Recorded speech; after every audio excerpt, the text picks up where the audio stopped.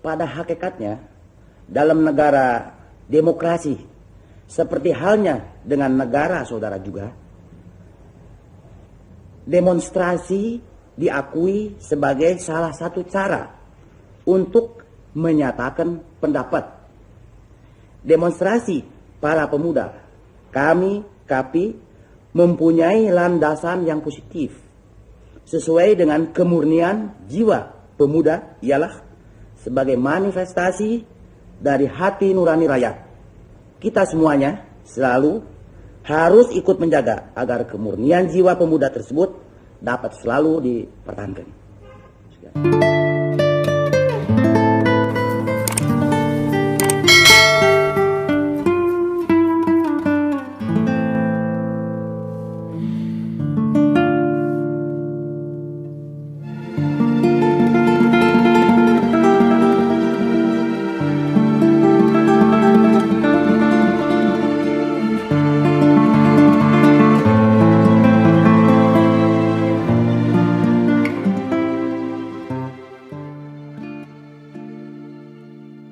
Memburu Subandrio.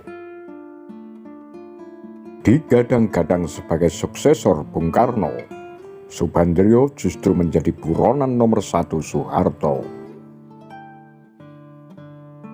Sesaat setelah menerima Super Semar, Letnan Jenderal TNI Soeharto memerintahkan Panglima Kodam Jaya Raya, Mayor Jenderal TNI Amir Mahmud, mengawal Presiden Soekarno dari Istana Merdeka ke Istana Bogor.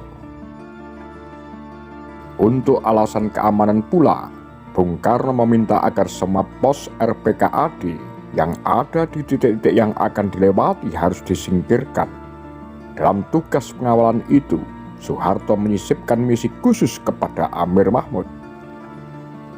Secara pribadi, Pak Harto memerintahkan saya untuk mencari tempat persembunyian para menteri itu, terutama Subandrio, harus ditemukan, ujar Amir Mahmud dalam autobiografinya Prajurit Pejuang. Ketika melaporkan bahwa jalur perjalanan steril dari pengawasan RPKAD, Amir Mahmud melancarkan misi khususnya. Sebuah kesepakatan dilontarkan kepada Presiden Soekarno yang sedang gamang karena dirundung aksi para demonstran. Setengah mendesak, Amir meminta Bung Karno untuk memberitahu di mana keberadaan Subandrio. Demi keselamatan Bapak, sebaiknya Subandrio diserahkan kepada saya, ujar Amir Mahmud. Dalam keadaan tertekan, Soekarno terpaksa memberitahu posisi Subandrio sembari menitip pesan agar Amir Mahmud jangan membunuhnya. Ajudan Bung Karno, Brigadir Jenderal Sabur, kemudian diperintahkan mengantarkan Amir Mahmud ke guest house Komplek Istana Merdeka.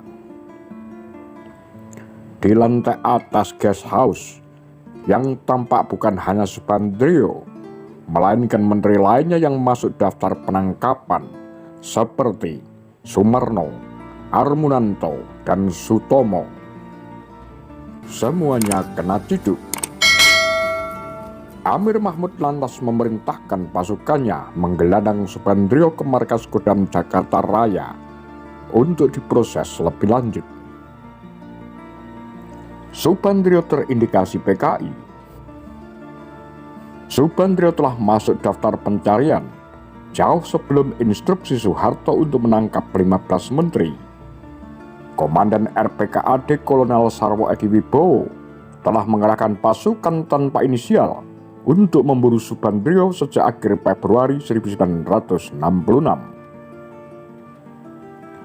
Sebagian besar kalangan Angkatan Darat menilai Subandrio berafiliasi dengan PKI. Tempo setelah G30S meletus, Subandrio lewat sejumlah pidato menolak keterlibatan PKI di dalamnya. Dan ketika aksi demonstrasi massa untuk membubarkan PKI memuncak, Subandrio mengeluarkan pernyataan yang menyulut konflik lebih tajam, membalas teror dengan kontra teror.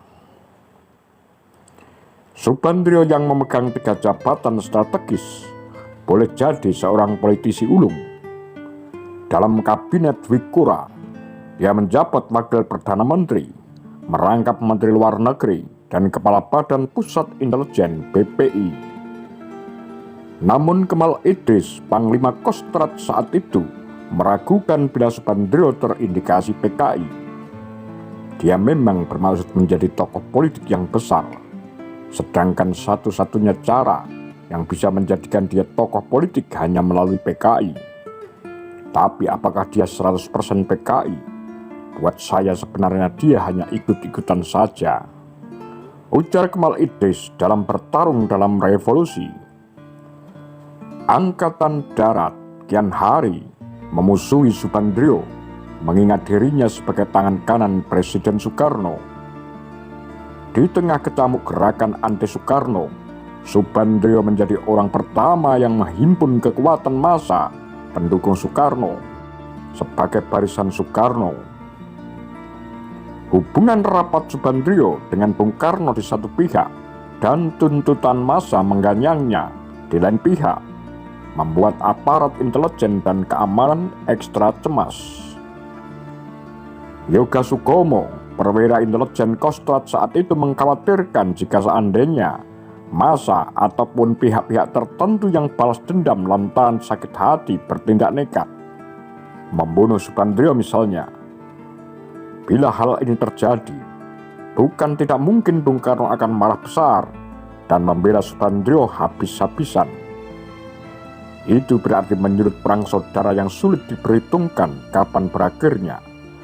Tutur Yoga kepada Bewi Bowo dan Banjar Khairuddin dalam memori Jenderal Yoga. Mengatasi Subandrio betul-betul ibarat menarik benang dalam tepung, tanpa tepungnya berantakan. Pada tahun 1967, proses hukum terhadap Subandrio digelar dalam Mahkamah Militer Luar Biasa (Mahmilu).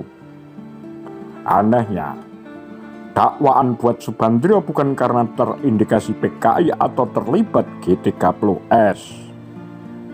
Pengadilan memutuskan Subandrio bersalah karena dianggap subversif terkait ucapannya membalas teror dengan kontra-teror. Sidang berlangsung singkat. Subandrio dijatuhi hukuman mati. Bagi Subandrio, pengadilan itu tak lebih dari sandiwara.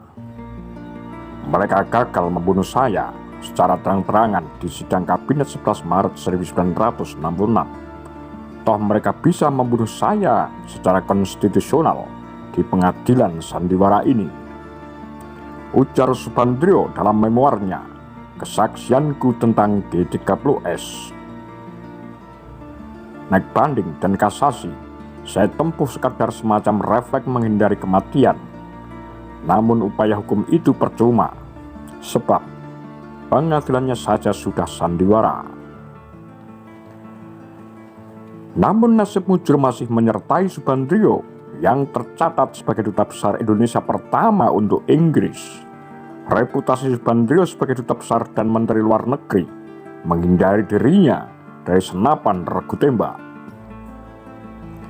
Kawat dari Presiden Amerika Serikat Lyndon B. Johnson dan Ratu Inggris Elizabeth mengintervensi proses hukum Subandrio dan mengubah vonisnya menjadi penjara seumur hidup.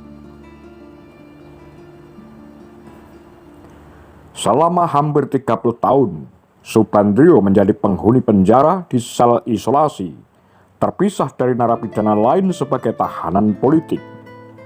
Mulai rumah tahanan Salemba, LP Cimahi, dan LP Cipinang. Di masa-masa itu dia mengalami depresi.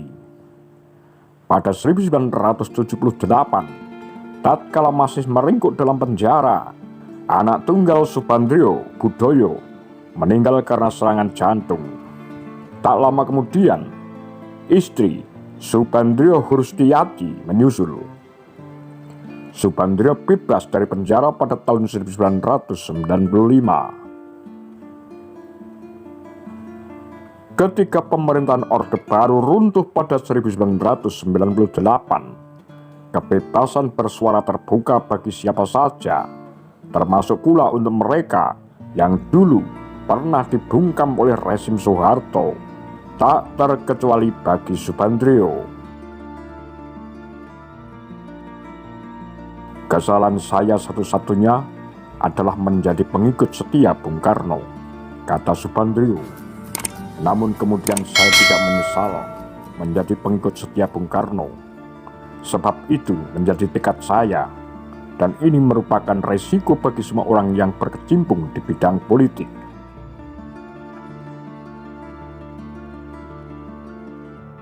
Apa pandangan Anda? Demikian kura-kura Tagar Lambe Sundel.